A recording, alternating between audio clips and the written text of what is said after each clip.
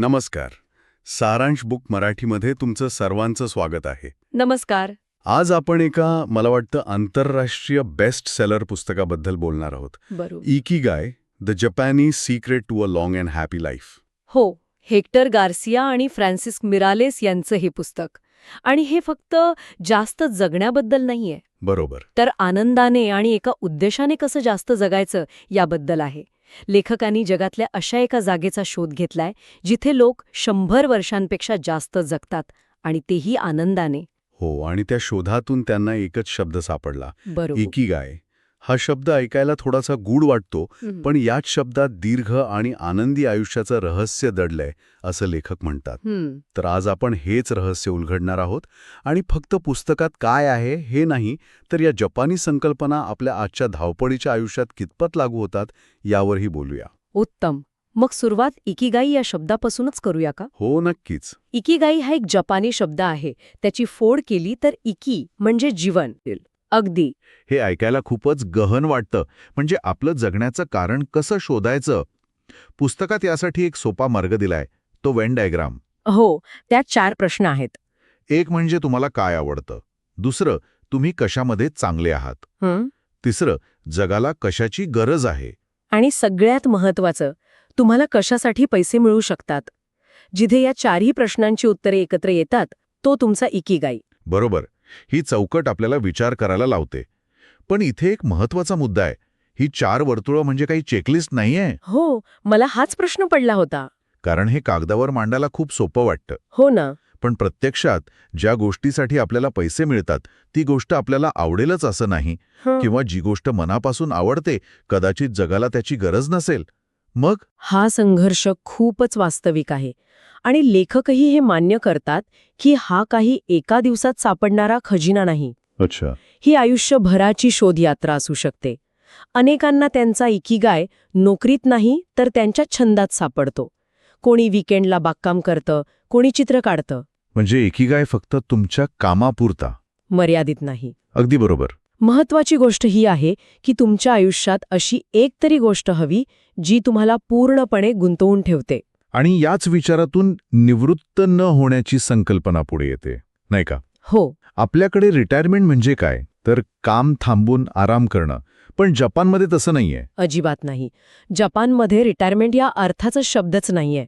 लोक जोपर्यंत शरीर साथ देतं तोपर्यंत आपल्या आवडीचं काम करत राहतात. मग ते शेती असो किंवा कला असो. काहीही असो. कारण उद्देशीनं जीवन जगण्याची कल्पनाच त्यांना मान्य नाही. निष्क्रियता शरीरासाठी आणि मनासाठी घातक आहे असं ते मानतात. आणि याचं सर्वोत्तम उदाहरण म्हणजे जपानचं ओकिनावा बेट. लेखक या जागेला जवळजवळ चिरतरुण बेटाचं रहस्य असं म्हणतात. ही जागा ब्लू झोन्स पैकी एक आहे. हो, ब्लू झोन्स ही संकल्पना डॅन ब्युटनर या संशोधकाने मांडली. म्हणजे जगातल्या अशा जागा जिथे लोक सरासरीपेक्षा खूप जास्त काळ म्हणजे 100 वर्षांपर्यंत निरोगी आयुष्य जगतात. आणि ओकिनावाची आकडेवारी तर अविश्वसनीय आहे. हो, तिथे दर 1,00,000 लोकसंख्येमागे जवळपास 25 लोक 100 वर्षांपेक्षा जास्त वयाचे आहेत. हे प्रमाण जगातल्या इतर अनेक विकसित देशांपेक्षा खूप जास्त आहे. मग काय वेगळं करतात हे लोक? फक्त आहार चांगला आहे म्हणून हे शक्य आहे का? आहार हा एक भाग नक्कीच आहे. त्यांचा आहार वनस्पतींवर आधारित असतो. भरपूर भाज्या, फळं, टोफू. पण रहस्य फक्त आहारात नाहीये, तर त्यांच्या जीवनशैलीत आणि सामाजिक रचनेत आहे. तिथे 2 खूप सुंदर संकल्पना आहेत. पहिली म्हणजे मोआई. मोआई हे काय आहे नक्की? मोआई म्हणजे असं की लहानपणीच तयार झालेला मित्रमैत्रिणींचा एक घट्ट गट. हे फक्त आपले वीकेंडला भेटणारे मित्र नाहीत. अच्छा. हा एक प्रकारचा सामाजिक आधार गट आहे. हे सदस्य आयुष्यभर एकमेकांना भावनिक, मानसिक आणि अगदी आर्थिक मदतही करतात. वाव, म्हणजे हे एका निवडलेल्या कुटुंबासारखंच झालं. अगदी. आपल्याकडच्या भिशी मंडळ किंवा गणेश मंडळाच्या मैत्रीपलीकडची ही एक खोलवर रुजलेली सामाजिक बांधिलकी आहे. हो ना. यामुळे एकटेपणाची भावना कधीच येत नसेल, जो आजकाल शहरांमध्ये एक मोठा आजार बनला आहे. अगदी बरोबर. आणि दुसरी संकल्पना कोणती? दुसरी संकल्पना आहे इचारिबा चोदे.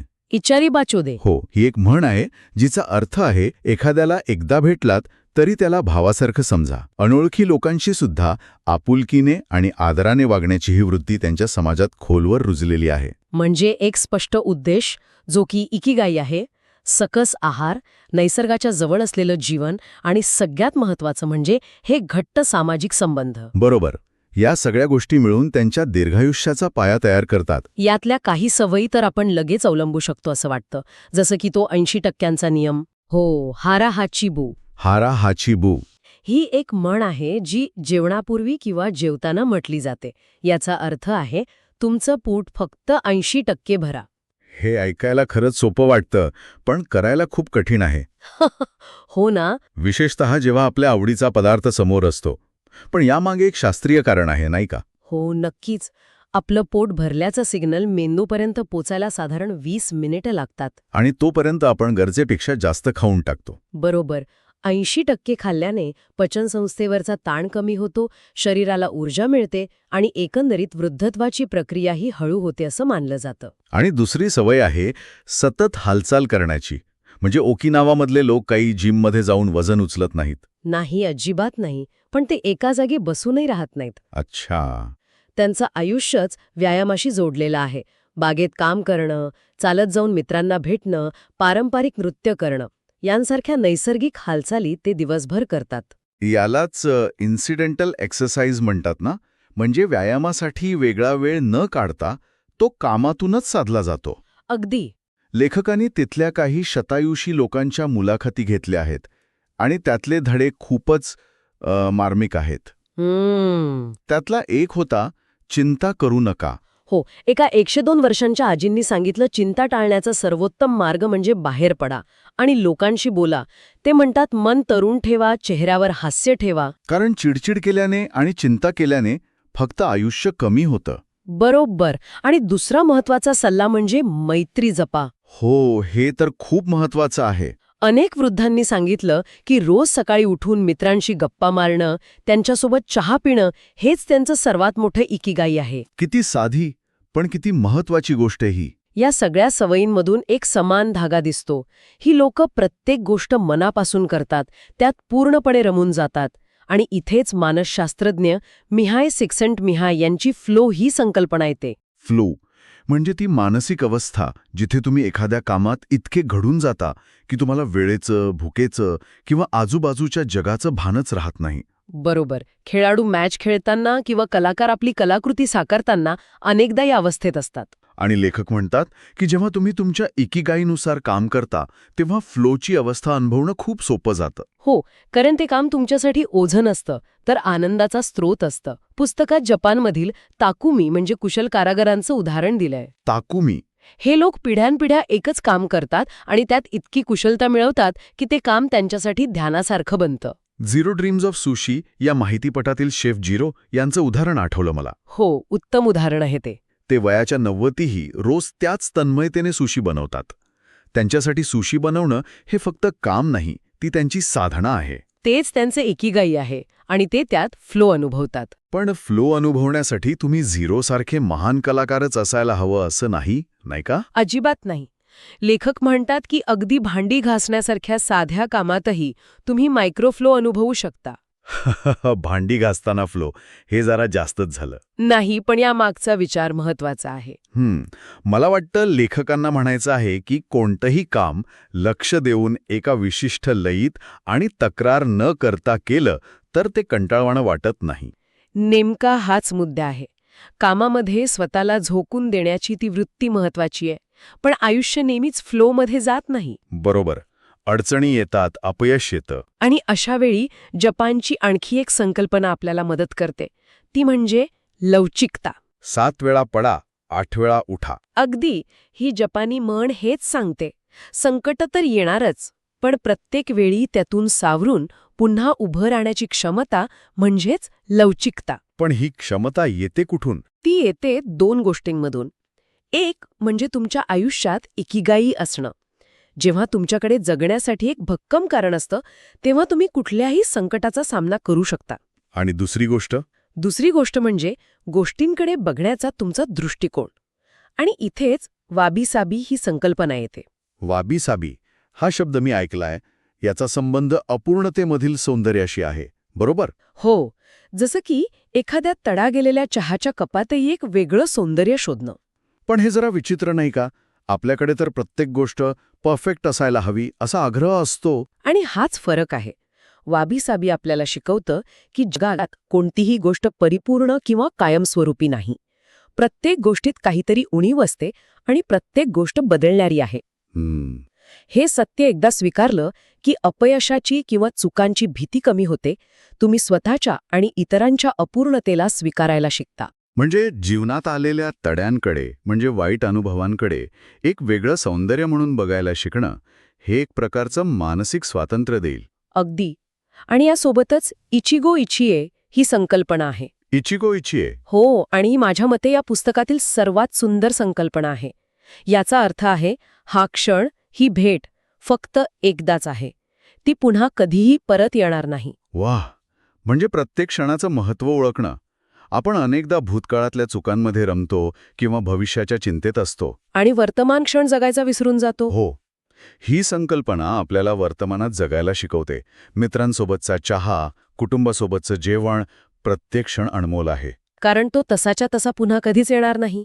या सगळ्या संकल्पना इकिगाय, मोआय, हारा हाचिबू, फ्लो, वाबी साबी आणि इचिगो इचिये मिळून एक असं तत्वज्ञान तयार करतात जे आपल्याला फक्त जास्त काळ जगायला नाही, तर प्रत्येक दिवस भरभरून जगायला शिकवतं. बरोबर. तर मग या संपूर्ण चर्चेचा आणि पुस्तकाचा सार आपण त्या 10 नियमांमध्ये मांडू शकतो जे लेखकांनी शेवटी दिले आहेत. नक्कीच. हे नियम म्हणजे या तत्वज्ञानाचं व्यावहारिक रूप आहे. यातले काही नियम शारीरिक आरोग्याशी संबंधित आहेत, जसं की पोट 80% जास्त भरू नका आणि रोज थोडा व्यायाम करा. हो, हे सांगतात की शरीराची काळजी घेणं ही पहिली पायरी आहे. काही नियम मानसिक आणि भावनिक आरोग्यासाठी आहेत, जसं की घाई टाळा, गोष्टी हळू करा. हसा आणि छोट्या गोष्टींचा आनंद घ्या आणि कृतज्ञता व्यक्त करा. आजच्या वेगवान जगात गोष्टी हळू करा हा नियम पाळणं सर्वात कठीण वाटतं, नाही का? खरंय, पण हळू चालल्याने तुम्ही जास्त दूर जाल असं जपानी म्हणतात. म्हणजे प्रत्येक काम शांतपणे आणि लक्ष देऊन करा. हो, याने कामाचा दर्जा तर सुधारतोच, पण ताणही कमी होतो. आणि उरलेले नियम आपल्या जीवनशैली आणि दृष्टिकोनाबद्दल आहेत. नेहमी कार्यरत रहा, निवृत्त होऊ नका. चांगल्या मित्रांच्या संगतीत रहा, निसर्गाशी पुन्हा कनेक्ट व्हा आणि वर्तमानात जगा. आणि अर्थातच सगळ्यात महत्त्वाचा 10वा नियम, तुमच्या इकिगाईचे अनुसरण करा. हो, तुमच्या आत जी आवड आहे, जे कौशल्य आहे, त्याचा शोध घ्या आणि त्याला तुमच्या जीवनाचा मार्ग बनवा.